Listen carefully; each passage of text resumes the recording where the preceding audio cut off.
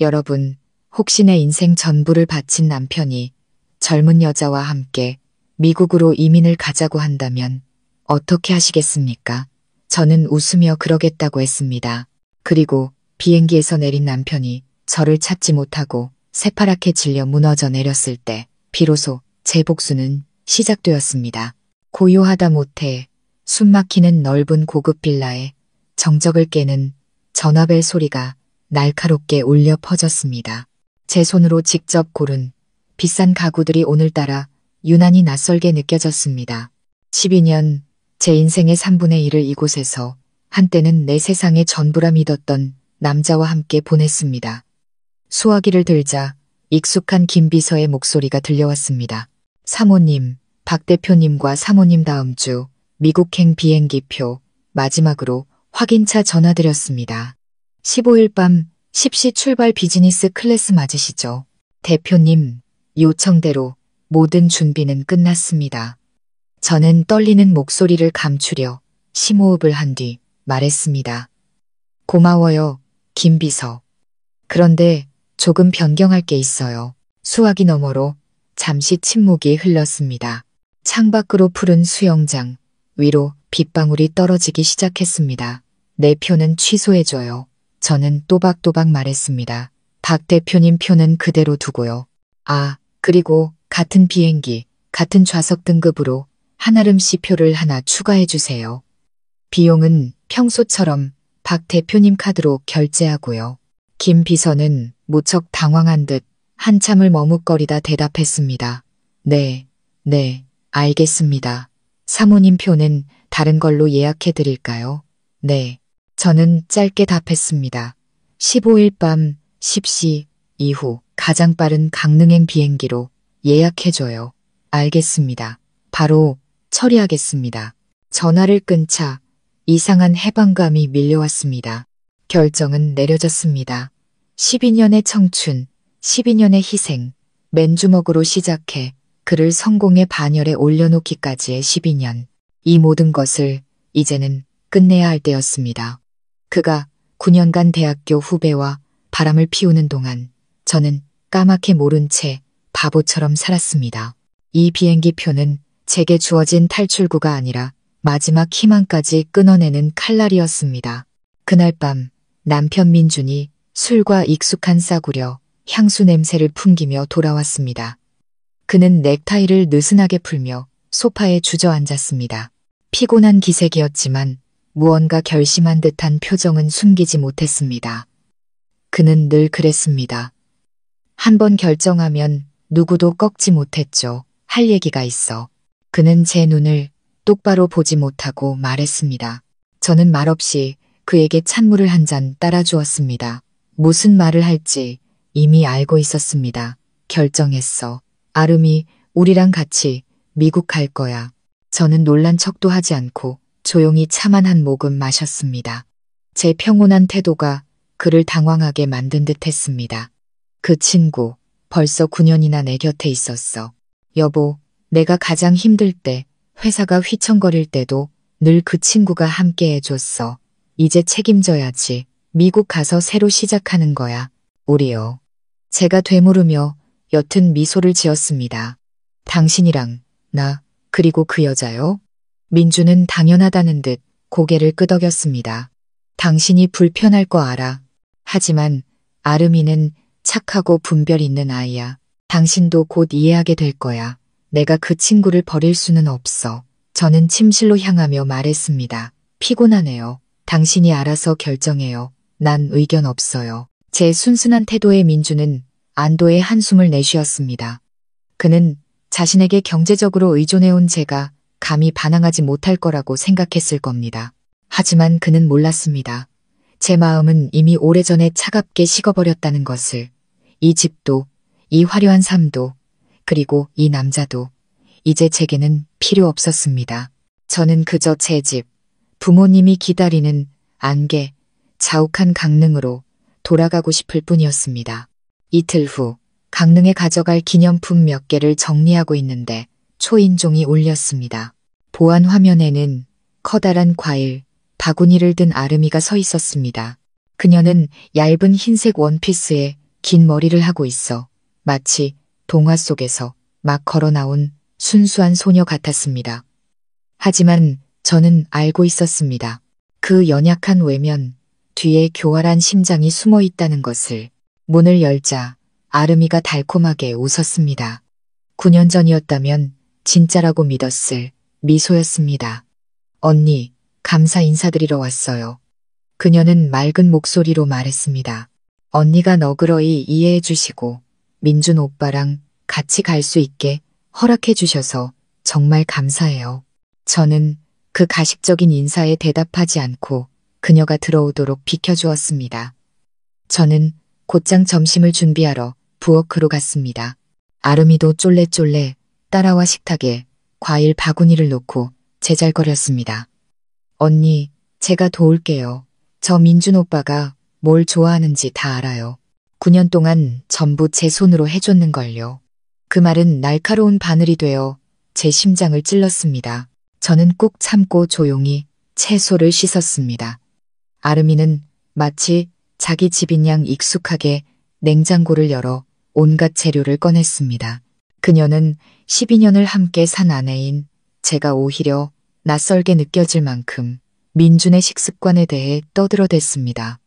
민준 오빠 생선가시 바르는 거 귀찮아해요. 그리고 갈비탕은 꼭 연한 갈비살로 푹 고아야 해요. 국물보다 고기를 더 좋아하거든요.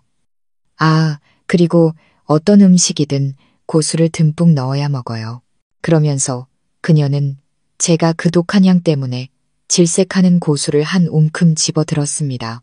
그리고는 끓고 있는 모든 냄비에 뿌리기 시작했습니다. 이보다 더 노골적인 도발은 없을 겁니다. 일부러 그런다는 걸 알았습니다. 저는 가스불을 끄고 그녀와 마주섰습니다. 여기 온 목적이 고작 이런 건가요? 아름이는 순진한 척 눈을 깜빡였습니다. 전 그냥 언니를 돕고 싶었을 뿐이에요. 곧 먼 길 떠나시려면 피곤하실 테니까요. 그러더니 그녀는 제게 바싹 다가와 우리 둘만 들릴 정도로 속삭였습니다. 언니, 민준 오빠 카드 비밀번호 뭔지 아세요? 제 생일이에요. 오빠 돈이 자기 돈이래요. 제가 쓰고 싶은 대로 다 쓰라고 했어요.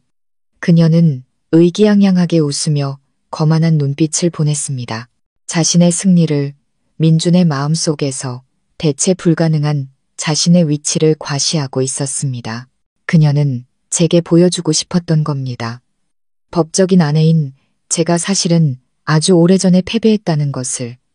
칼을 쥔 제 손에 힘이 들어갔습니다. 인내심에는 한계가 있고 제 한계는 이미 극한에 다다랐습니다. 아름이의 말과 그 거만한 미소는 마지막 남은 이성의 끈을 끊어버렸습니다. 저는 칼을 도마 위로 내려놓았습니다. 탁 하는 소리가 고요한 부엌에 건조하게 울렸습니다. 저는 아름이와 완전히 마주섰습니다. 그동안 억눌러왔던 모든 감정이 폭발했습니다. 짝, 제 손바닥이 아름이의 예쁜 뺨에 그대로 날아갔습니다. 아주 강하지는 않았지만 선명한 손자국을 남기기엔 충분했습니다. 그것은 제 12년의 청춘을 위한, 세상의 빛도 보지 못한 제 아이를 위한, 그리고 제가 온 마음을 다해 사랑했던 남자의 잔인한 배신을 위한 딱이었습니다. 아름이는 잠시 얼어붙었습니다. 제가 감히 손을 댈 줄은 몰랐을 겁니다. 하지만 그녀는 금세 평정을 되찾았습니다. 방금 전에 순진한 눈빛은 사라지고 날카로운 시선이 그 자리를 대신했습니다. 그리고 완벽한 연극이 시작되었습니다. 그녀는 비틀거리며 뒷걸음질 치다 일부러 아직 뜨거운 김이 오르는 갈비탕 냄비에 부딪혔습니다. 냄비가 엎어지면서 뜨거운 국물이 사방으로 튀었고 일부는 그녀의 팔과 다리에 쏟아졌습니다. 아악! 아름이는 비명을 지르며 바닥에 쓰러져 붉게 달아오른 팔을 붙잡고 눈물을 글썽였습니다. 그 모습은 마치 잔인하게 학대당한 연약한 희생자 같았습니다. 바로 그때 현관문이 벌컥 열리며 민준이 뛰어들어왔습니다. 집에 도착하자마자 아름이의 비명을 들은 모양입니다. 그의 눈에 처음 들어온 광경은 사랑하는 내연녀가 부엌 바닥에 쓰러져 고통스럽게 울고 있고 그 옆에 제가 차가운 표정으로 서 있는 모습이었습니다. 서연 씨, 지금 뭐 하는 짓이야? 그가 소리쳤습니다. 이유를 묻지도 제가 다친 곳은 없는지 살피지도 않고 그는 아름이에게 달려가 걱정스럽게 그녀를 부축했습니다. 오빠, 너무 아파. 언니가. 아름이는 흐느끼며 말을 잇지 못했지만 민준이 자기가 원하는 대로 오해하기엔 충분했습니다. 민준은 분노로 이글거리는 눈으로 저를 돌아봤습니다. 우리가 아무리 심하게 다퉜을 때도 그는 단 한 번도 그런 눈으로 저를 본 적이 없었습니다. 당신 미쳤어. 어떻게 아름이한테 손을 댈 수가 있어. 그저 당신을 도우러 온 것뿐인데 저는 아무 말도 하지 않았습니다. 설명이 무슨 소용이 있겠습니까? 지금 그의 눈에 저는 질투의 눈이 먼 악녀이고 그녀는 순진무구한 천사일 뿐인데 당장 아름이한테 사과해. 민준이 명령했습니다. 저는 그의 눈을 똑바로 쳐다본 뒤 그의 품에 안겨있는 아름이를 보고 비웃듯 입꼬리를 올렸습니다. 사과? 난 잘못한 거 없어요. 사과해야 할 사람은 당신들 둘이죠.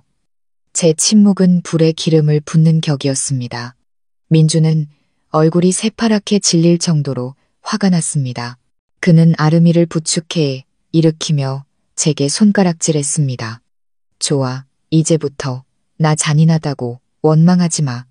그는 조심스럽게 아름이를 데리고 나갔습니다. 아마 화상치료를 위해 병원에 가는 거겠지요. 그들이 떠난 뒤 문이 쾅 닫혔습니다.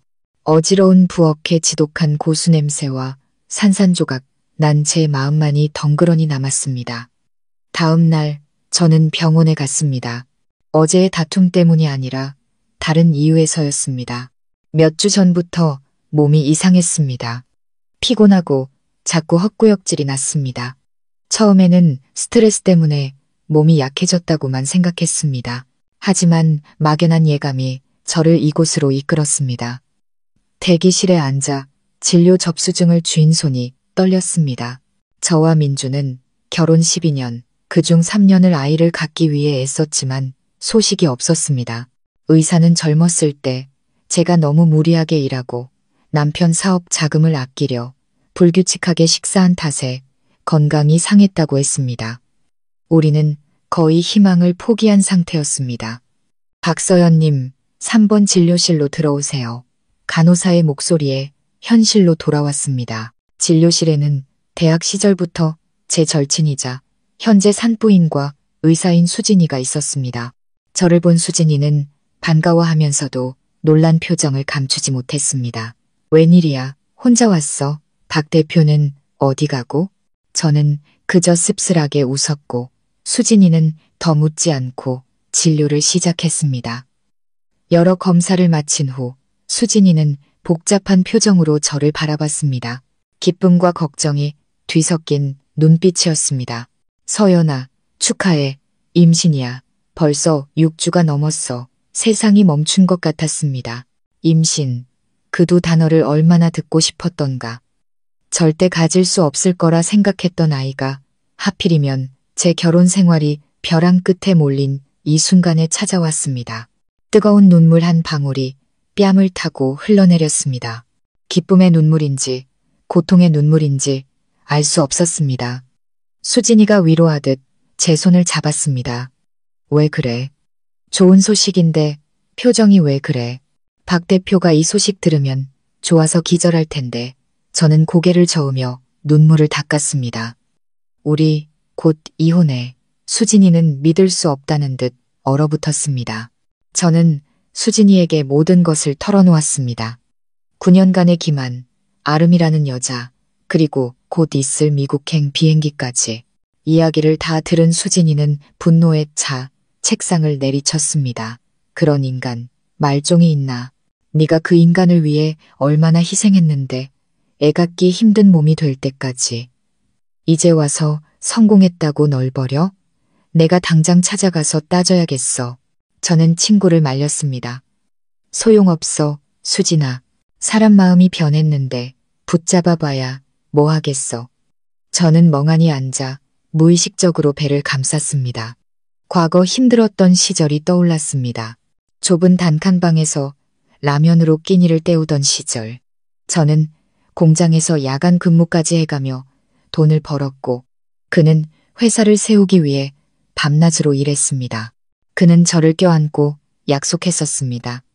성공하면 반드시 행복하게 해주겠다고, 모든 것을 보상해주겠다고. 그 약속이 지금은 왜 이리도 공허하게 들릴까요? 이 아이는 너무나도 잘못된 시간에 찾아왔습니다. 우리의 사랑이 결실이지만 그 사랑은 이제 거짓과 배신 말고는 남은 게 없는데, 그날 밤 저는 얇은 초음파 사진을 손에 쥐고 집으로 돌아왔습니다. 이 작은 생명, 그토록 오랫동안 갈망했던 새싹이 이제는 운명의 잔인한 선고처럼 느껴졌습니다.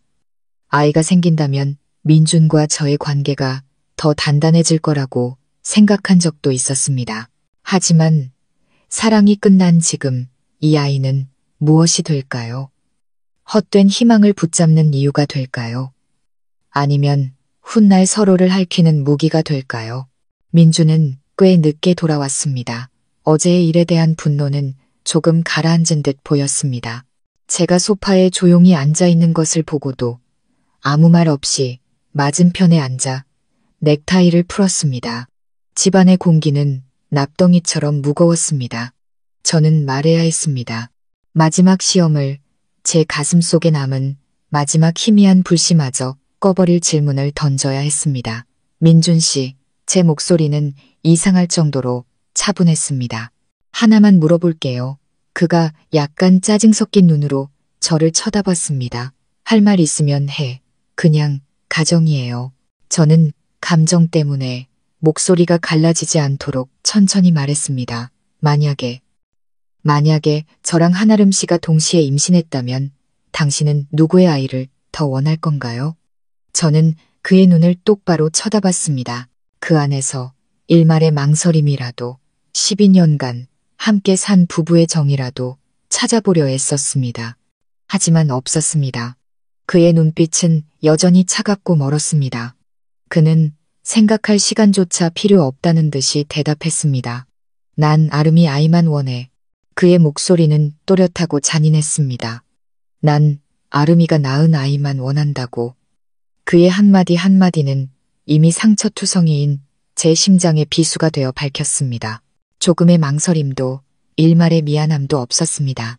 저의 수많은 희생, 그의 건강을 걱정하며 잠 못 이루던 밤들, 아이를 낳아주지 못해 스스로를 탓했던 수많은 날들. 그 모든 것이 한순간에 무의미하고 우스꽝스러워졌습니다. 문제는 제가 아이를 낳지 못하는 것이 아니라 그가 저와의 아이를 원하지 않았던 것이었습니다. 제 심장은 완전히 얼어붙었습니다. 아주 작은 희망마저 그의 대답 한마디에 산산조각 났습니다. 더 이상 미련은 없었습니다. 저는 아무 말 없이 일어나 방으로 들어갔습니다. 다음 날 아침 저는 다시 병원으로 가 수진이를 찾았습니다. 저를 본 수진이는 걱정스럽게 물었습니다. 안색이 왜 이렇게 안 좋아? 민준이랑 얘기는 했어. 반응이 어때? 저는 고개를 저으며 수술 동의서를 내밀었습니다. 수진아, 나 좀 도와줘. 수진이는 동의서를 보고는 경악하며 저를 바라봤습니다. 서연아, 너 미쳤어. 이 아이를 얼마나 힘들게 가졌는지 알잖아. 어떻게 그럴 수가 있어. 지킬 수가 없어. 수진아. 제 목소리가 갈라졌습니다. 그 아이에겐 아빠가 없어. 이런 상황에서 태어나게 할 수는 없어. 내 아이가 나중에 상처받는 걸 원치 않아.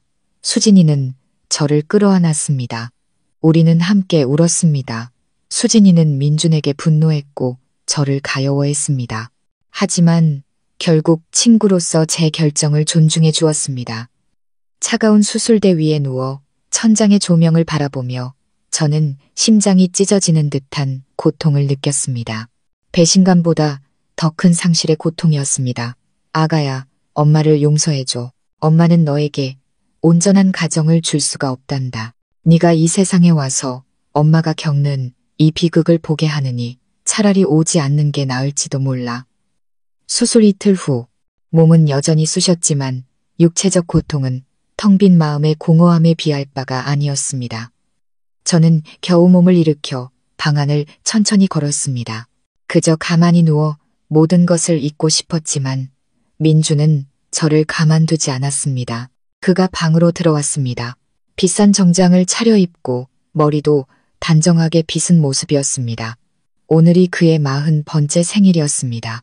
준비해, 그가 명령하듯 말했습니다. 오늘 저녁에 레스토랑에서 생일 파티 있으니까 당신도 같이 가야 해. 저는 힘없는 목소리로 그를 쳐다봤습니다. 몸이 안 좋아서 못 갈 것 같아요. 민주는 짜증스럽게 미간을 찌푸렸습니다. 핑계 대지 마. 당신이 안 가면 사람들이 이상한 소문 낼 거 아니야. 아름이 지금 임신 중이야. 당신이 거기 가서 그 애 체면도 세워주고 사람들이 당신을 대인배 아내로 보게 해야지. 나 좀 그만 힘들게 해. 남편 내연녀의 체면을 세워주라니 이 얼마나 기가 막힌 일입니까? 그는 제 건강에는 전혀 관심이 없었습니다. 제가 방금 무슨 일을 겪었는지 상상조차 못했습니다. 그의 눈에 저는 그저 그와 아름이의 가짜 행복을 완성하기 위한 도구, 장식품에 불과했습니다. 결국 저는 파티에 가야만 했습니다. 창백한 얼굴을 가리기 위해 검은색 단정한 원피스를 입고 옅은 화장을 했습니다. 파티는 도시에서 가장 화려한 레스토랑에서 열렸고 하객들은 모두 재계의 유명 인사들이었습니다. 화려한 조명, 감미로운 음악, 웃음소리가 가득한 그곳에서 저의 외로움과 이질감은 더욱 도드라졌습니다. 저는 구석에 홀로 앉아 조용히 그들을 관찰했습니다.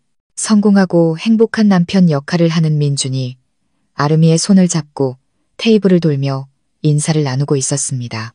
아름이는 살짝 나온 배를 은근히 드러내는 붉은 드레스를 입고 승리감에 찬 표정을 짓고 있었습니다. 그들은 정말 잘 어울리는 한 쌍처럼 보였습니다. 곧 새로운 가족을 맞이할 행복한 가정. 그리고 법적인 아내인 저는 제 인생에서조차 철저히 이방인이었습니다. 파티의 하이라이트 순서가 되자 민주는 아름이를 데리고 무대에 올랐습니다. 그는 마이크를 잡고 흥분된 목소리로 말했습니다. 제 생일을 축하해주러 와주신 모든 분께 감사드립니다. 오늘 여러분과 나누고 싶은 아주 특별한 소식이 있습니다. 저희 부부에게 곧 아기 천사가 찾아옵니다. 제 아내 아름이가 임신했습니다. 홀라는 박수와 축하의 말로 가득 찼습니다. 모든 시선이 아름이에게 쏠렸다가 이내 호기심과 동정 그리고 조롱이 섞인 눈빛으로 제게 향했습니다. 아름이는 행복하게 민준의 품에 안겨 배를 쓰다듬었습니다. 그 순간 저는 모든 사람 앞에서 가장 큰 웃음거리가 되었습니다. 사람들은 저를 뭐라고 할까요? 불행한 아내, 남편 간수도 못한 여자, 비참한 패배자. 저는 그 자리에 못 박힌 듯 앉아 있었습니다. 온 세상이 발밑에서 무너져 내리는 기분이었습니다. 저는 어두운 구석에 죽은 듯이 앉아 있었습니다. 손에 든 와인잔은 그대로였습니다. 사람들의 수군거림과 노골적인 시선이 수천 개의 보이지 않는 바늘이 되어 저를 찔렀습니다. 태연한 척했지만 속은 이미 산산조각 나 있었습니다. 당장 이곳을 떠나고 싶었습니다. 이 가식과 굴욕으로부터 도망치고 싶었습니다.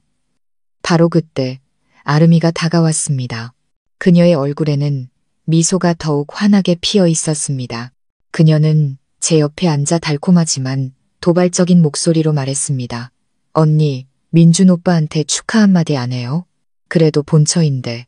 저는 그녀를 쳐다보지도 않았습니다. 원하는 게 뭐죠? 아무것도요. 아름이는 순진한 척 어깨를 으쓱했습니다. 그냥 한마디 해드리러 왔어요. 이제 아시겠죠? 민준 오빠는 결국 언니랑 이혼할 거예요. 오빠는 대를 이을 아이를 낳아줄 여자가 필요하거든요. 애도 못 낳는 아내는 뭐하러 데리고 살겠어요. 그녀의 말은 아직 피가 흐르는 제 상처에 다시 한번 칼을 꽂는 것과 같았습니다. 그녀는 제가 방금 아이를 잃었다는 사실을 모르거나 혹은 알면서도 일부러 그러는 것이었습니다. 그녀의 잔인함은 제 상상을 초월했습니다. 당신이 상관할 일이 아니에요. 저는 얼음장처럼 차가운 목소리로 대답했습니다. 어머, 왜 상관할 일이 아니에요? 곧 제 일이 될 텐데요.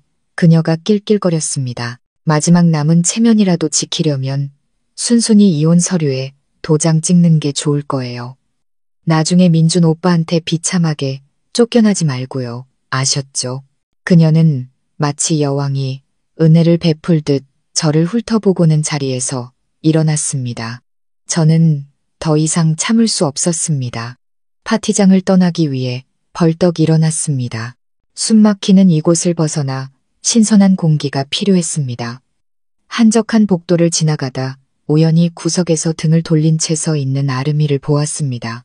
그녀는 휴대폰을 들고 화면 위를 빠르게 움직이고 있었습니다. 메시지를 보낸 후 그녀는 의미심장하고 교활한 미소를 지었습니다. 여자의 직감이 무언가 잘못되었다고 말해주고 있었습니다. 그 미소는 행복의 미소가 아니라 덫을 놓는 자의 미소였습니다. 불길한 예감이 스쳤습니다. 서둘러 밖으로 나가려 했지만 이미 늦은 것 같았습니다. 저는 붉은 카펫이 깔린 복도를 빠르게 걸었습니다. 이곳에서 어서 벗어나고 싶었습니다. 하지만 모퉁이를 막 돌았을 때 작은 연회실 문이 갑자기 열렸습니다. 험상궂게 생긴 거구의 남자 둘이 나와 제 앞을 막아섰습니다. 제가 반응할 틈도 없이 한 놈은 제 입을 막았고 다른 놈은 제 팔을 뒤로 꺾어 어두운 방 안으로 저를 끌고 들어갔습니다. 문이 쾅 닫히고 저는 어둠과 극심한 공포 속에 갇혔습니다. 그곳은 텅 빈 노래방이었습니다. TV 화면에서 나오는 희미한 불빛만이 공간을 비추고 있었고 지독한 술과 담배 냄새가 코를 찔렀습니다. 누구세요? 이거 놔요. 저는 필사적으로 몸부림쳤습니다. 남자 중 하나가 비열하게 웃었습니다. 누가 형님들한테 잘 좀 모시라고 부탁하더라고. 얌전히 있으면 안 아플 거야. 예쁘니. 심장이 멎는 것 같았습니다. 그들의 의도를 알아차렸습니다. 공포가 저를 집어삼켰지만 이내 분노가 치밀어 올랐습니다. 이들에게 짓밟힐 수는 없었습니다. 죽더라도 마지막 자존심은 지켜야 했습니다. 한 놈이 다가와 추행하려 할 때 저는 온 힘을 다해 제 입을 막고 있던 그의 손을 깨물었습니다. 그는 고통에 찬 비명을 지르며 저를 놓았습니다. 그 틈을 타 저는 다른 놈의 급소를 발로 힘껏 걷어찼습니다. 그는 고통에 신음하며 주저앉았습니다. 저는 한순간도 지체할 수 없었습니다. 주위를 둘러보며 무기가 될 만한 것을 찾았습니다. 테이블 위에 빈 맥주병 몇 개가 있었습니다. 생각할 겨를도 없이 병 하나를 집어들어 테이블 모서리에 내리쳤습니다. 병이 깨지면서 날카로운 파편이 남은 목 부분을 손에 쥐었습니다. 가까이 오지 마. 저는 깨진 병을 그들에게 겨누며 소리쳤습니다. 목소리는 떨렸지만 눈빛은 결연했습니다. 두 남자는 제 격렬한 저항에 당황한 듯했습니다. 저처럼 연약해 보이는 여자가 이렇게까지 할 줄은 몰랐을 겁니다. 그들이 머뭇거리는 사이 저는 문으로 달려갔습니다. 문을 박차고 나가 뒤도 돌아보지 않고 미친 듯이 뛰었습니다. 옷은 흐트러지고 머리는 산발이 된 채 손에는 여전히 깨진 병 조각을 들고 있었습니다. 저는 빛과 사람이 있는 메인 연회장을 향해 똑바로 달려갔습니다. 그리고 그녀를 보았습니다. 아름이가 민준 옆에 서서 하객들과 웃으며 이야기하고 있었습니다. 아무 일도 없었다는 듯이. 하지만 제 꼴을 본 그녀의 눈의 순간 스친 당혹감은 이내 가식적인 놀라움으로 바뀌었습니다. 그녀였습니다. 전부 그녀가 꾸민 짓이었습니다. 분노와 굴욕, 공포가 한꺼번에 폭발했습니다. 피가 거꾸로 솟았습니다. 더 이상 이성적인 생각을 할 수 없었습니다. 극도의 분노에 휩싸여 저는 아름이를 향해 달려들었습니다. 아, 저는 미친 듯이 소리를 지르며 그녀와 민준이 그토록 자랑스러워하던 배를 남은 힘껏 걷어찼습니다. 시끄럽던 연회장이 순간 정지했습니다. 음악이 멈추고 모든 시선이 우리에게 쏠렸습니다. 아름이는 날카로운 비명을 지르며 바닥에 쓰러져 배를 감싸쥐었습니다. 고통 때문인지 아니면 너무나 실감나는 연기 때문인지 아름다운 얼굴이 잔뜩 일그러졌습니다. 사람들은 경악했고 민주는 1초간 얼어붙었다가 화산처럼 분노를 터뜨렸습니다. 그는 저의 처참한 몰골은 보지도 않고 제가 무슨 일을 당했는지 묻지도 않았습니다. 그의 눈에는 바닥에서 고통스러워하는 어린 내연녀의 모습만 보일 뿐이었습니다. 그는 아름이에게 달려가 무릎을 꿇고 당황한 목소리로 물었습니다. 아름아, 괜찮아? 우리 아기. 그러고는 고개를 들어 제가 평생 잊지 못할 눈빛으로 저를 쏘아보았습니다. 증오와 분노, 잔인함이 가득 담긴 눈빛이었습니다. 그는 벌떡 일어나 야수처럼 제게 달려들었습니다. 당신 정말 미쳤구나. 그가 소리치며 분노에 찬 남자의 온 힘을 다해 제 배를 걷어찼습니다. 수술한 지 고작 이틀밖에 지나지 않은 바로 그 상처 부위를 뼛속까지 파고드는 극심한 고통에 저는 그 자리에 주저앉았습니다. 숨도 쉴 수 없을 만큼 몸이 오그라들었습니다. 하지만 육체적 고통은 그가 수많은 사람 앞에서 내뱉은 독설에 비하면 아무것도 아니었습니다. 수단과 방법을 가리지 않는 악독한 여자 같으니 네가 애를 못 낳으니까 아름이를 질투한 거지. 내 아이를 죽이려고 한 거지. 당신이 이렇게까지 잔인한 사람인 줄은 몰랐어. 그의 한마디 한마디는 이미 산산조각 난 제 심장에 내리꽂는 망치 같았습니다. 저는 눈물로 흐려진 시야 너머로 그를 보았습니다. 한때 제 목숨처럼 사랑했던 남자. 제 청춘을 바쳐 그의 성공을 도왔던 남자. 지금 그는 제 인격을 짓밟고 일말의 동정심도 없이 저를 모욕하고 있었습니다. 12년의 사랑, 부부의 정, 모든 것이 이 순간 완전히 죽어버렸습니다. 더 이상 고통도 느껴지지 않았습니다. 무서울 정도로 텅 빈 공허함만이 남았습니다. 주위 사람들은 수군거리며 손가락질했습니다. 생일 파티는 한편의 비극으로 변했고 저는 그중 가장 비참한 광대였습니다. 민주는 더 이상 말하지 않고 아름이를 번쩍 안아들고 구급차를 부르며 연회장을 뛰쳐나갔습니다. 사람들도 하나둘씩 흩어졌고 차가운 바닥에 저 혼자 남았습니다. 고급스러운 검은 드레스는 이제 남루하기 짝이 없었습니다. 겨우 몸을 일으키자 아랫배에 다시 격통이 느껴졌습니다. 따뜻한 액체가 흘러나와 드레스를 적시는 것이 느껴졌습니다. 상처가 터져버린 것이었습니다. 그날 밤 저는 텅 빈 빌라로 홀로 돌아왔습니다. 택시도 부르지 않고 그저 걸었습니다. 집으로 가는 길이 왜 이리도 길고 어둡게 느껴지는지. 상처에서는 계속 피가 흘러 드레스 자락을 타고 길바닥에 뚝뚝 떨어졌습니다. 몸도 마음도 시리도록 추웠습니다. 마침내 운명의 15일이 되었습니다. 민주는 며칠 동안 집에 돌아오지 않았습니다. 병원에서 아름이를 간호하고 있다고 했습니다. 그녀는 유산하지 않았고 가벼운 유산기만 있었다고 합니다.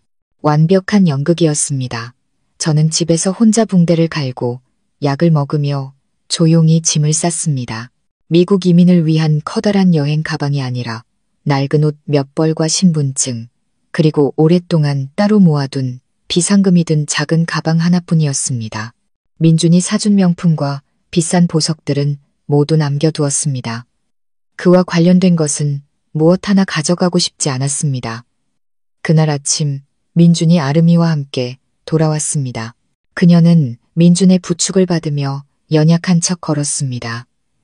그들은 저를 투명 인간 취급했고 저 역시 침묵으로 작은 가방을 끌고 나섰습니다. 우리는 같은 차를 타고 공항으로 향했습니다. 아무도 말을 걸지 않았습니다. 민준과 아름이는 뒷좌석에서 소곤거렸고 저는 조수석에 앉아 창밖으로 익숙한 도시의 풍경을 마지막으로 눈에 담았습니다. 12년을 살았던 이곳을 저는 이제 빈손과 상처투성이 마음으로 떠납니다. 공항에 도착해 민준이 두 사람의 수속을 밟는 동안 저는 뒤에서 조용히 그들을 지켜봤습니다. 꼭 신혼부부 같았고 저는 그들을 따라온 군더더기 같았습니다. 출국 심사대로 들어갈 때가 되어서야 저는 입을 열었습니다. 두 사람 표는 비즈니스 클래스니까 저쪽 우선 심사대로 가요. 먼저 들어가요. 난 이쪽 일반 심사대가 더 빠를 것 같아. 사람이 너무 많네. 민주는 저를 한번 힐끗 보고는 고개를 끄덕였습니다. 마음대로 해.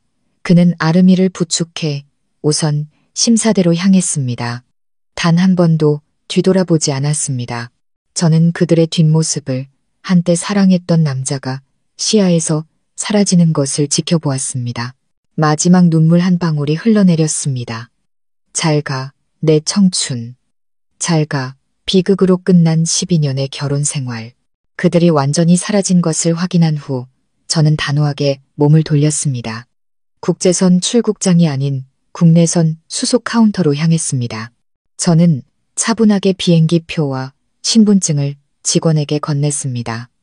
즐거운 여행 되십시오. 저는 고맙다는 인사를 하고 안으로 들어갔습니다. 대합실에 앉아 이륙하고 착륙하는 비행기들을 보며 마음이 한결 가벼워졌습니다. 모든 것이 정말로 끝났습니다. 강릉행 비행기는 정시에 이륙했습니다. 비행기가 구름 위로 솟아오르자 발 아래로 화려한 서울의 야경이 점점 작아졌습니다. 그곳에는 기쁨과 슬픔이 뒤섞인 너무나 많은 기억이 있었습니다.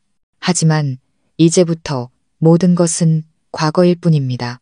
새로운 삶이 저를 기다리고 있었습니다. 같은 시각 수만 킬로미터 떨어진 곳에서 민준과 아름이를 태운 비행기가 로스앤젤레스 공항에 무사히 착륙했습니다. 민준은 미국 파트너에게 전화하기 위해 휴대폰을 켰습니다. 하지만 화면이 켜지자마자 낯선 법무법인에서 온 이혼 소장이라는 제목의 이메일이 그의 눈에 들어왔습니다. 훗날 몇몇 지인들의 입을 통해 저는 그 운명의 날 지구 반대편에서 민준에게 무슨 일이 일어났는지 어렴풋이 전해들을 수 있었습니다. 그때 저는 강릉으로 돌아가는 비행기 안에서 이상하리만치 평온한 마음을 느끼고 있었습니다. 반면 그는 내연녀와 새로운 미래를 꿈꾸던 약속의 땅에 막 첫발을 내디딘 참이었습니다. 아름이는 피곤한 듯 그의 어깨에 기대 있었고 민주는 승리자의 의기양양한 표정으로 휴대폰을 켰습니다. 하지만 이메일 제목을 본 순간 그의 미소는 순식간에 사라졌습니다. 이혼 소장. 그는 얼어붙은 채 메일을 열었습니다. 안에는 일방적인 이혼 청구와 함께 재산 분할에 대한 내용이 명시되어 있었고 위자료는 일절 요구하지 않는다는 전문적인 내용이 담겨 있었습니다. 아래에는 저를 대리하는 변호사의 전자서명이 있었습니다. 민준의 첫 반응은 극심한 분노였다고 합니다. 그는 제가 생일 파티 사건 이후로 심술을 부린다고 관심을 끌려고 한다고 생각했습니다. 쇼하고 있네. 그는 경멸적인 목소리로 중얼거렸습니다. 어디 얼마나 버티나 보자. 그는 즉시 제게 전화를 걸었습니다. 고객님께서 전화를 받을 수 없어. 그는 미간을 찌푸리고 다시 걸었지만 돌아오는 것은 기계적인 음성뿐이었습니다. SNS로 메시지를 보내 한바탕 퍼부으려 했지만 그의 모든 계정은 이미 제가 차단한 후였습니다. 처음의 분노는 점차 불쾌한 감정으로 바뀌었습니다. 늘 순종적이던 새장 속의 새가 갑자기 왜 이렇게 반항하는 걸까? 미국에서의 첫 며칠 동안 그는 여전히 오만한 태도를 유지했습니다. 그는 아름이에게 제가 그저 토라졌을 뿐이며 곧 알아서 빌러 돌아올 것이라고 말했습니다. 그는 파트너들과의 미팅으로 바쁜 척하며 아무렇지 않은 듯 행동했습니다. 하지만 밤이 되어 비싼 임대 아파트에서 전화기가 무섭도록 조용하자 그는 불안해지기 시작했습니다. 그는 김 비서에게 신경질적으로 전화했습니다. 다시 확인해봐요. 그날 박서연 씨, 비행기 탔어? 안 탔어? 김 비서는 머뭇거리다 대답했습니다. 대표님, 그날 사모님께서는 미국행 표를 취소하시고 강릉행 비행기를 타셨습니다. 그 소식은 민준의 얼굴에 찬물을 끼얹는 것과 같았습니다. 강릉? 고향에는 왜? 진실이 점차 잔인하게 모습을 드러냈습니다. 이것은 단순한 심술이 아니라 완전한 떠남이었습니다. 전에는 느껴보지 못했던 공황 상태가 그의 마음속에 스며들기 시작했습니다. 그는 쇼핑 가자고 조르는 아름이를 내버려 두고 미친 듯이 전화를 돌렸습니다. 처가에 전화했지만 아무도 받지 않았고 옛 친구들에게 전화했지만 다들 모른다고 했습니다. 절망 속에서 그는 마침내 수진이의 번호를 찾아냈습니다. 서연 씨 어디 있어? 지금 어디 있냐고. 그가 전화기에 대고 소리쳤습니다. 수진이는 차갑게 비웃었습니다. 네가 무슨 자격으로 서연이 안부를 물어. 너 같은 파렴치한 인간은 서연이 이름 부를 자격도 없어. 뭐라고? 난 그 사람 남편이야. 남편? 수진이의 목소리는 비웃음으로 가득했습니다. 아내가 아이를 잃고 수술한 지 이틀밖에 안 된 배를 걷어차는 남편. 민준아, 너 알고 있었어. 서연이 임신했었어. 그 아이를 얼마나 간절히 기다렸는데. 그런데 서연이가 너한테 물었을 때 넌 그 여우 같은 년의 아이만 원한다고 했지. 네가 내 아이를 죽인 거야. 알아? 사람들은 그 통화 이후 민준이 몇 시간 동안이나 망연자실하게 앉아 있었다고 했습니다. 휴대폰은 어느새 손에서 미끄러져 바닥에 떨어져 있었습니다. 낙태. 서연이가 임신했고 아이를 지웠다고. 수진이의 말은 그의 오만함과 자신감을 산산조각 내는 벼락과도 같았습니다. 모든 것이 머릿속에서 선명하게 떠올랐습니다. 저의 창백한 얼굴, 의미심장했던 가정법 질문, 생일 파티에서의 잔인한 발길질, 뒤늦은 후회가 그의 마음을 찢어놓기 시작했습니다. 하지만 모든 것은 이미 너무 늦었습니다. 안개 자욱한 새벽, 저는 밤 비행기를 타고 강릉에 도착했습니다. 소나무와 젖은 흙, 내음이 섞인 서늘한 공기가 폐부 깊숙이 들어와 마음을 편안하게 했습니다. 집에 돌아왔습니다. 작은 가방 하나와 퀭한 눈으로 돌아온 딸을 보고 부모님은 할 말을 잃으셨습니다. 저는 그저 미국 일이 좀 꼬여서 먼저 쉬러 왔다고 거짓말했습니다. 부모님을 걱정시키고 싶지 않았습니다. 하지만 저는 집에 딱 사흘만 머물렀습니다. 민준이 이곳까지 찾아와 부모님을 괴롭힐까 두려웠고 이웃들의 시선도 마주하고 싶지 않았습니다. 저는 완전히 낯선 곳에서 다시 시작해야 했습니다. 어머니께 일부 사실을 털어놓고 제 행방을 아무에게도 알리지 말아달라고 부탁드린 뒤 저는 조용히 떠났습니다. 저는 강릉에서 그리 멀지 않고 조용하고 맑은 작은 도시인 양양으로 향했습니다. 모아둔 돈으로 푸른 차밭이 펼쳐진 언덕 위에 자리한 작고 예쁜 펜션을 인수했습니다. 제 손으로 직접 이곳을 가꾸고 새로운 보금자리로 만들고 싶었습니다. 오직 평화만이 깃든 곳으로요. 처음 며칠은 펜션을 청소하고 수리하는 일에만 몰두했습니다. 육체노동은 잠시 고통을 잊게 해주었지만 밤이 되면 외로움과 옛 기억이 밀려와 잠 못 이루는 날이 많았습니다. 어느 날 오후 나무 울타리에 페인트 칠을 하고 있는데 낯선 번호로 전화가 걸려왔습니다. 받고 싶지 않았지만 무언가에 이끌려 받았습니다. 여보세요? 서연이 맞니? 나 지훈이 오빠야. 몇 년 만에 들어보는 이름인지. 옆집 오빠이자 제 소꿉친구였던 지훈 오빠. 저보다 5살 많았던 오빠는 어릴 적 저를 업고 온 동네 언덕을 누비고 다녔습니다. 10수년 전 유학을 떠나 외국에서 자리를 잡은 후로는 연락이 끊겼습니다. 지훈 오빠, 제 목소리는 놀라움으로 가득했습니다. 어떻게, 나 얼마 전에 귀국했어. 너희 부모님께 인사드리러 갔다가 이야기 들었어. 너무 걱정돼서 바로 전화했지. 지금 어디야, 서연아. 전화기 너머로 들려오는 따뜻하고 진심 어린 걱정에 코끝이 찡해졌습니다. 이렇게 진심으로 저를 걱정해준 사람이 얼마만인지. 저는 오빠에게 주소를 알려주었고 놀랍게도 2시간 만에 익숙한 차 한 대가 펜션 앞에 섰습니다. 차에서 내린 지훈 오빠는 예전처럼 키가 크고 듬직했지만 눈빛은 더욱 깊고 성숙해져 있었습니다. 오빠는 페인트가 묻은 제 옷차림과 작은 펜션을 둘러보았습니다.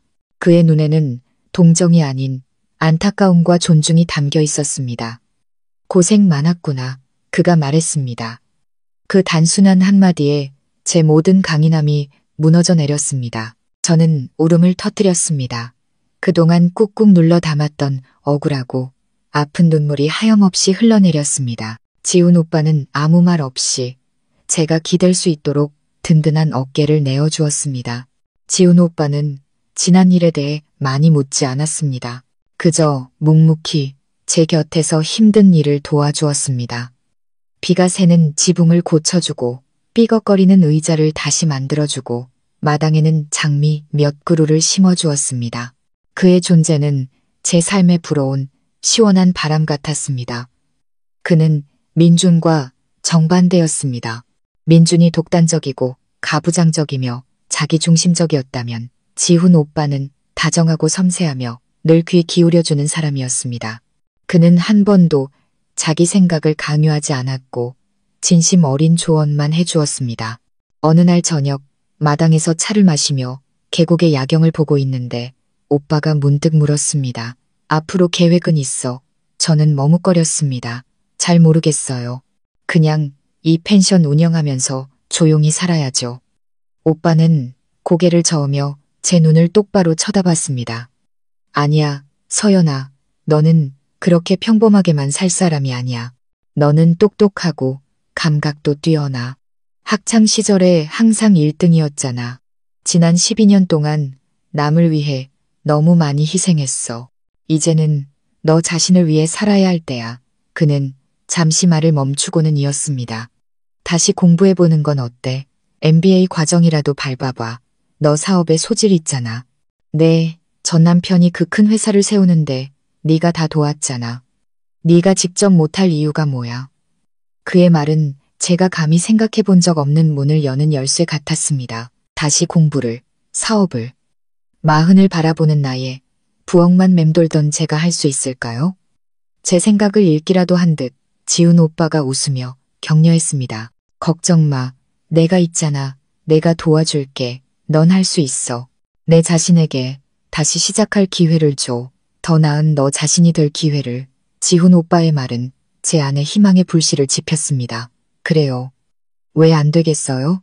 저는 더 이상 고통스러운 과거에 갇혀 살 수 없었습니다. 일어서야 했습니다. 민준에게, 그리고 온 세상에 보여줘야 했습니다. 그가 없어도 저는 잘 살 수 있다고, 오히려 더 잘 살 수 있다는 것을. 그날 이후 제 인생은 새로운 페이지를 넘겼습니다. 낮에는 펜션을 돌보고 밤에는 MBA 입학을 위해 치열하게 공부했습니다. 지훈 오빠는 제게 스승이자 동반자가 되어주었습니다. 그가 잊어버렸던 경제 지식을 참을성 있게 가르쳐주고 온갖 자료를 찾아주었으며 제가 지칠 때마다 격려해 주었습니다. 저는 점차 자신감과 삶의 즐거움을 되찾았습니다. 작은 펜션에도 손님들이 찾아오기 시작했습니다. 이곳의 고요함과 소박한 아름다움을 사랑하는 손님들이었습니다. 12년 만에 처음으로 저는 제가 진정으로 살아있음을 느꼈습니다. 바로 제 자신을 위해서요. 2년이라는 시간이 눈 깜짝할 사이에 흘렀습니다. 그 2년 동안 제 인생은 놀라운 변화를 겪었습니다. 저는 꿈에 그리던 MBA 과정에 합격했고 공부와 펜션 운영을 병행하며 사업을 키워나갔습니다. 반면 제가 전해 들은 바로는 민주는 몰락의 길을 걷고 있었습니다. 미국에서의 사업은 순탄치 않았습니다. 꾸준히를 도맡아 하던 든든한 조력자인 저를 잃자 그는 갈피를 잡지 못했습니다. 그의 사업 결정은 점점 더 성급하고 감정적으로 변해갔습니다. 그는 밤낮으로 밀려오는 죄책감과 후회를 피하려는 듯 일에만 매달렸습니다. 하지만 애쓸수록 모든 것은 꼬여만 갔습니다. 회사는 연이어 손실을 입었고 주요 파트너들은 신뢰를 잃었습니다. 그와 아름이의 관계도 빠르게 금이 갔습니다. 제3자인 제가 사라지자 그들 사이의 갈등이 수면 위로 드러났습니다. 아름이는 가정적인 여자가 아니었고 사치와 향락에만 익숙했습니다. 경제적 압박과 피로에 지친 민주는 더 이상 예전처럼 그녀를 받아줄 여유가 없었습니다. 다툼은 날이 갈수록 잦아졌습니다. 관계가 파탄난 결정적인 계기는 아름이가 임신 4개월 차에 유산했을 때였습니다. 처음에는 민준도 그녀를 잘 돌보지 못했다며 자책했지만 우연히 끔찍한 진실을 알게 되었습니다. 아름이의 유산은 자연적인 것이 아니라 과거의 잦은 낙태 수술 후유증 때문이었습니다. 의심이 든 그는 몰래 조사를 했고 자신과 만나는 동안에도 아름이가 다른 남자들과 복잡한 관계를 맺어왔다는 사실을 알게 되었습니다. 그녀가 잃은 아이가 자신의 아이라는 보장조차 없었습니다. 이 진실은 민준의 마지막 믿음마저 무너뜨리는 치명타였습니다. 그가 그토록 지키려 했던 순수하고 이해심 많은 여자는 결국 거짓말쟁이에 불과했습니다. 그는 자신의 인생을 돌아보았습니다. 한순간의 불장난 때문에 조강지처를 잃었고 존재조차 몰랐던 자신의 아이를 잃었습니다. 그리고 이제 사업마저 무너지기 직전이었습니다. 그는 아름이를 집에서 쫓아냈습니다. 그녀는 울며 매달렸지만 소용없었습니다. 이제 민준의 머릿속에는 오직 하나의 그림자, 서연이라는 이름의 집착만이 남았습니다. 그는 미친 듯이 저를 찾아다녔습니다. 한국으로 돌아와 강릉의 부모님 댁까지 찾아갔지만 차가운 외면만 당했습니다. 그는 흥신소를 고용해 모든 인맥을 뒤졌습니다. 하지만 저는 마치 세상에서 증발한 것 같았습니다. 죄책감과 후회는 그를 다른 사람으로 만들었습니다. 다시는 돌아갈 수 없는 과거에 매달리는 비참한 패배자로. 제가 MBA 학위를 받는 날은 양양에서의 2년간의 은둔 생활을 공식적으로 마치는 날이었습니다. 배운 지식과 이제는 오빠이자 동반자가 된 지훈 씨의 재정적 지원을 받아 저는 서울로 돌아가기로 결심했습니다. 하지만 이번 귀환은 예전의 순종적인 가정주부가 아닌 자신의 사업을 일굴 준비가 된 독립적인 여성이었습니다. 저는 인테리어 디자인 및 시공 전문 회사를 설립했습니다. 타고난 감각과 옛 빌라와 펜션을 직접 꾸미며 쌓은 경험 덕분에 회사는 빠르게 첫 계약을 따냈습니다. 저는 어려움을 두려워하지 않았습니다. 직접 현장을 감독하고 고객과 협상했습니다. 점차 서연 인테리어는 업계에서 명성을 얻기 시작했습니다. 제 복귀를 축하하기 위해 지훈 씨는 특별히 성대한 파티를 열고 도시의 성공한 사업가들을 많이 초대했습니다. 제가 인맥을 넓힐 좋은 기회라고 했습니다. 그날 밤 저는 에메랄드빛 드레스를 입고 머리는 단정하게 올렸으며 부드러우면서도 세련된 화장을 했습니다. 제가 지훈 씨와 함께 연회장에 들어서자 모든 시선이 쏠렸습니다. 저는 더 이상 예전처럼 주눅들지 않고 차분하게 미소 지으며 자신있게 그의 곁에 섰습니다. 파티가 한창 무르익을 무렵 방구석에서 익숙한 그림자를 발견했습니다. 그 남자는 무척 야위었고 수염도 덥수룩했습니다. 명품 정장은 헐렁해 보였습니다. 그는 넋이 나간 듯 저를 뚫어지게 쳐다보고 있었습니다. 그 눈빛에는 놀라움, 당혹감, 그리고 형언할 수 없는 고통이 담겨 있었습니다. 민준이었습니다. 그도 이곳에 초대받은 모양입니다. 아마도 한물간 사업가 자격으로요. 그의 회사는 미국 시장에서 실패하고 한국으로 돌아온 뒤 거의 파산 직전이라고 들었습니다. 그는 파트너들과 자신있게 대화하고 재능을 칭찬받는 저를 조용히 지켜보고 있었습니다. 한때 자신이 버렸던, 자신에게 의존해서만 살 수 있다고 생각했던 여자가 지금 눈부시게 빛나고 있었습니다. 그가 천천히 제 쪽으로 걸어오는 것이 보였습니다. 지훈 씨도 그의 존재를 알아차린 듯 저를 안심시키려는 듯 제 손을 살며시 잡았습니다. 민주는 제 앞에 멈춰서서 이루 말할 수 없는 떨림이 섞인 잠긴 목소리로 말했습니다. 서연 씨, 정말 당신이야? 저는 조금의 동요도 없는 눈빛으로 그를 바라보며 차분한 목소리로 짧게 고개를 끄덕였습니다. 안녕하세요, 박 대표님. 오랜만이네요. 제 목소리에 담긴 거리감과 냉정함이 그를 얼어붙게 만든 것 같았습니다. 사람들이 칭송하는 천재적인 사업가, 그의 눈앞에 있는 성공하고 아름다운 여인이 바로 그가 무참히 버렸던 전처라는 사실. 그 순간 그의 세상 전체가 무너져 내리는 듯 했습니다. 그 운명적인 재회 이후 제 삶은 민준의 출현으로 흔들리기 시작했습니다. 그는 끈질긴 그림자처럼 저를 따라다녔습니다. 아침에 회사에 출근하면 그가 뜨거운 소고기죽이 담긴 보온 도시락을 들고 정문에서 기다리고 있었습니다. 예전에 제가 그에게 자주 끓여주던 것이었습니다. 점심때면 발신이 넘는 커다란 장미 꽃다발이 사무실로 배달되었습니다. 퇴근길에는 그의 익숙한 차가 멀리서 조용히 제 차를 따라 집까지 왔습니다.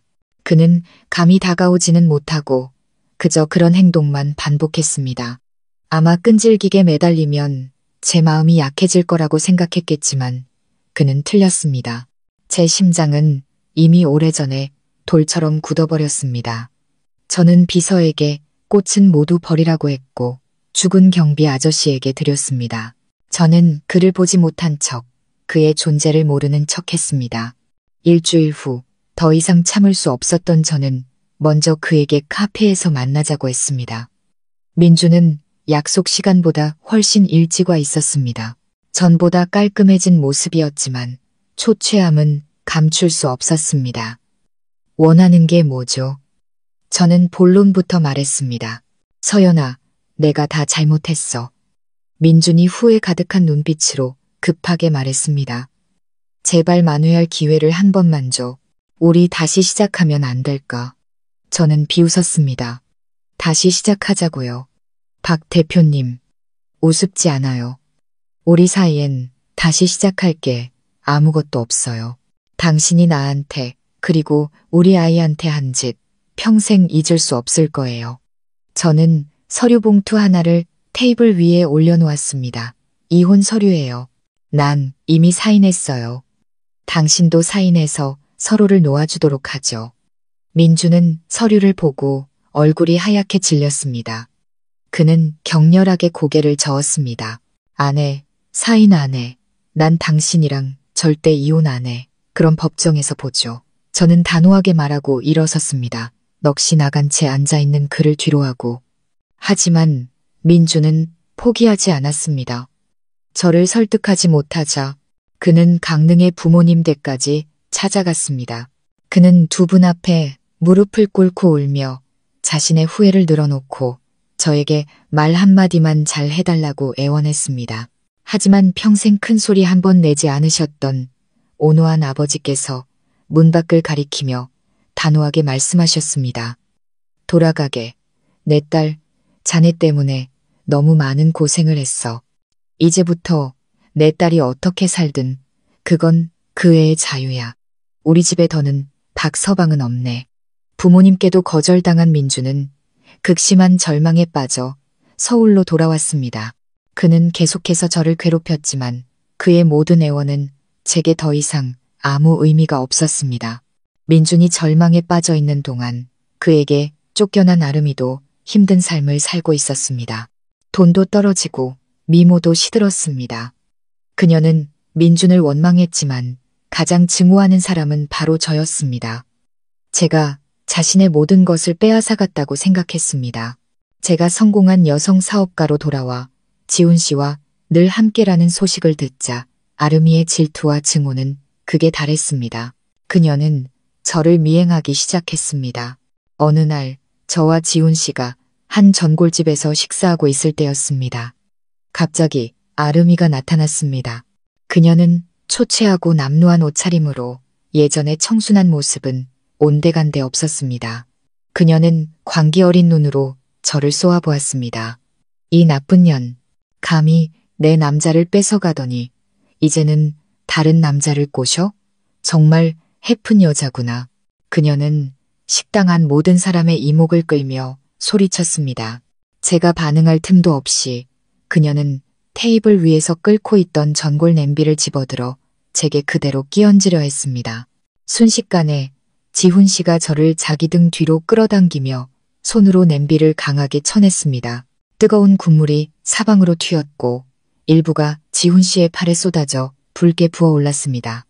식당 직원들이 달려와 그녀를 밖으로 끌어냈습니다. 저는 놀라서 지훈 씨의 화상 부위를 살폈습니다. 걱정과 분노가 동시에 치밀었습니다. 하지만 그것이 아름이의 광기 어린 행동의 시작일 뿐이라는 것을 그때는 몰랐습니다. 며칠 후 회사에서 집으로 돌아가는 길이었습니다. 갑자기 차 한 대가 제 차 앞을 가로막았습니다. 아름이와 아마도 그녀의 남동생으로 보이는 남자가 차에서 내려 저를 거칠게 끌어냈습니다. 그들은 제 입을 막고 손을 묶어 버려진 건물의 옥상으로 데려갔습니다. 그곳에서 아름이는 라이브 방송이 켜진 휴대폰을 준비해두고 있었습니다. 그녀는 제 뺨을 마구 때리고 머리채를 잡아 흔들며 방송을 향해 울부짖었습니다. 여러분, 보세요. 이 여자가 바로 상간녀입니다. 제 행복을 망치고 제 아이를 잃게 하고 제 모든 것을 빼앗아갔어요. 이런 여자는 벌받아야 해요. 그녀는 완전히 거짓된 이야기로 저를 악랄한 제3자로, 자신을 불쌍한 희생자로 둔갑시켰습니다. 저는 발버둥 쳤지만 벗어날 수 없었습니다. 공포와 분노가 치밀었습니다. 아름이가 이렇게까지 잔인하고 미쳐버릴 줄은 몰랐습니다. 제가 납치되자마자 지훈 씨는 무언가 잘못되었음을 직감했습니다. 식당 사건 이후 그는 만일을 대비해 제 가방에 작은 위치 추적기를 몰래 넣어두었습니다. 낯선 곳에서 추적 신호가 너무 오래 멈춰 있자 그는 불길한 예감에 즉시 신호를 따라왔습니다. 지훈 씨가 옥상으로 뛰어 올라왔을 때 그는 끔찍한 광경을 목격했습니다. 저는 기둥에 묶인 채 얼굴은 퉁퉁 붓고 옷은 찢겨 있었고 아름이와 그녀의 남동생은 휴대폰 화면을 보며 의기양양해하고 있었습니다. 분노가 폭발한 지훈 씨는 주저없이 달려들었습니다. 그는 몇 번의 주먹으로 아름이의 남동생을 쓰러뜨리고 휴대폰을 빼앗아 라이브 방송을 즉시 껐습니다. 아름이는 놀라서 도망치려 했지만 지훈 씨에게 붙잡혔습니다. 그는 그녀를 단단히 붙잡고 얼음장처럼 차가운 목소리로 말했습니다. 당신은 당신이 한 짓에 대해 반드시 대가를 치르게 될 거야. 그는 경찰에 전화해 주소와 상황을 설명했습니다.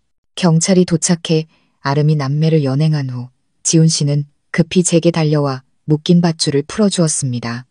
그는 자신의 재킷을 벗어 제게 덮어주고는 저를 품에 안았습니다. 괜찮아. 이제 내가 옆에 있어. 다 끝났어. 그의 따뜻한 목소리와 든든한 품에 저는 더 이상 참지 못하고 아이처럼 흐느꼈습니다. 모든 공포와 굴욕이 그의 품 안에서 터져나왔습니다. 지훈 씨는 저를 자신의 안전한 아파트로 데려갔습니다. 그는 조심스럽게 상처를 소독하고 붕대를 감아주었습니다. 그동안 그는 한마디도 하지 않았지만 그의 눈에는 안타까움과 고통이 가득했습니다. 그날 밤 제가 안정을 되찾자 지훈 씨는 제 옆에 앉았습니다. 그는 제 손을 잡고 눈을 똑바로 바라보며 진심 어리고 간절한 목소리로 말했습니다. 서연아, 미안해. 내가 너를 더 잘 지켜주지 못해서 네가 상처받는 걸 보니 심장이 찢어지는 것 같아. 그는 잠시 말을 멈추고 마음 깊은 곳에서 우러나온 말을 이어갔습니다. 서연아, 사랑해. 최근에 시작된 감정이 아니야. 아주 오래전부터 우리가 강릉의 언덕에서 함께 뛰어놀던 어린 시절부터 외국에서 보낸 10수년 동안 단 하루도 널 잊은 적이 없어. 귀국해서 내 소식을 들었을 때 평생 내 곁에서 너를 지켜주고 보듬어주겠다고 다짐했어. 그는 주머니에서 작은 벨벳 상자를 꺼내 열었습니다. 안에는 반짝이는 다이아몬드 반지가 있었습니다. 박서연, 나랑 결혼해줄래? 내가 너를 행복하게 해주고 싶어. 제 눈에서 다시 눈물이 흘러내렸습니다. 하지만 이번에는 감동과 행복의 눈물이었습니다. 이 남자는 제 인생 가장 힘든 순간에 곁에 있어 주었고 잿더미 속에서 저를 일으켜 세워주었습니다. 그의 사랑은 요란하지 않았지만 겨울 햇살처럼 조용하고 끈기 있고 따뜻했습니다. 저는 고개를 끄덕이며 목이 메인 소리로 대답했습니다. 네, 그럴게요. 저와 민준의 이혼 재판이 열리던 날, 서울에는 억수 같은 비가 쏟아졌습니다. 저와 지훈 씨는 함께 법원으로 향했습니다. 제 평온한 모습과는 대조적으로 민주는 넋이 나간 사람 같았습니다. 그는 맞은편에 깡마른 몸으로 앉아 있었고 퀭한 눈은 초점을 잃었습니다. 비싼 옷은 구겨져 있었습니다. 회사도 파산하고 내연녀는 범죄자가 되었습니다. 그는 모든 것을 잃었습니다. 재판 내내 민주는 한마디도 하지 않고 그저 저를 쳐다보기만 했습니다. 판사님이 마지막으로 이혼에 동의하는지 물었을 때 저는 또렷하게 네라고 대답했습니다. 민주는 한참 침묵하다가 힘없이 고개를 끄덕였습니다. 판사의 의사봉 소리가 울려 퍼지며 우리의 14년 결혼 생활은 공식적으로 끝났습니다. 이제 그와 저 사이의 법적인 굴레는 완전히 사라졌습니다. 우리가 법정을 나설 때 민준이 갑자기 앞을 가로막았습니다. 그는 저를 한 번, 그리고 제 곁에 선 지훈 씨를 한 번 쳐다보고는 초췌한 얼굴에 비통하고 광기 어린 미소를 지었습니다. 축하해. 드디어 목적 달성했네. 한물간 남편 버리고 더 부유한 새 둥지를 찾았으니 박 대표님, 모든 건 끝났습니다. 자중하시죠. 지훈 씨가 저를 보호하며 나섰습니다.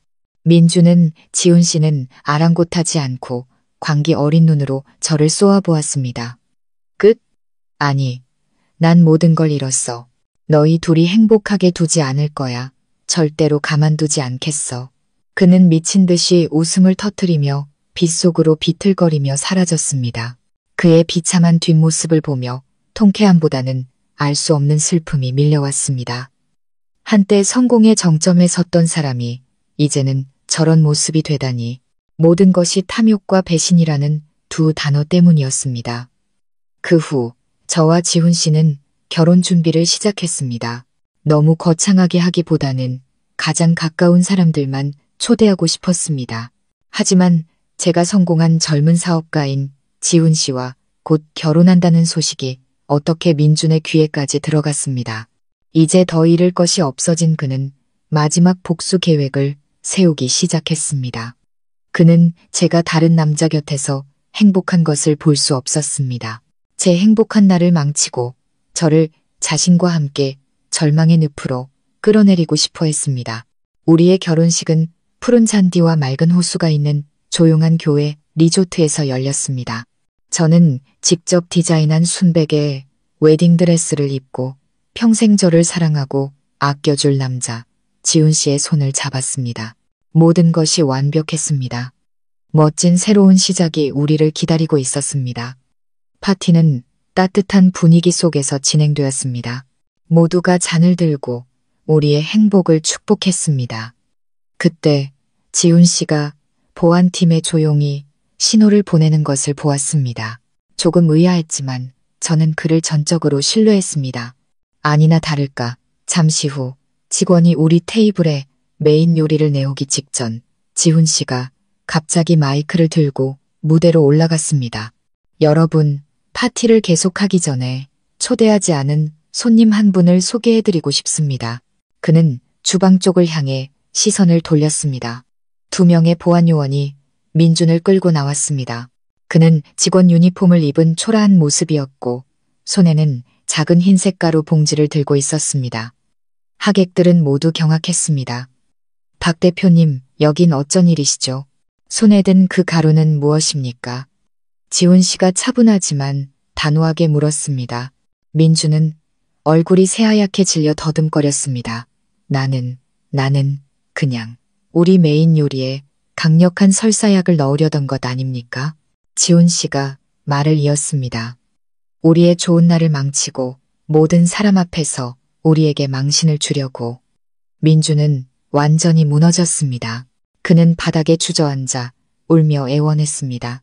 내가 잘못했어. 서연아, 그냥 분해서 그랬어. 제발 날 용서해줘. 지훈 씨는 사람들에게 법원에서의 협박 이후 민준이 가만히 있지 않을 것을 예상하고 사람을 붙여 감시했다고 설명했습니다. 그의 계획을 미리 알고 모든 것을 준비했다고. 메인 요리는 모두 증거용 가짜 음식이었고 진짜 음식은 따로 안전하게 준비되었다고 했습니다. 민준의 모든 행동은 보안 카메라에 고스란히 녹화되었습니다. 민주는 곧바로 경찰에 체포되었습니다.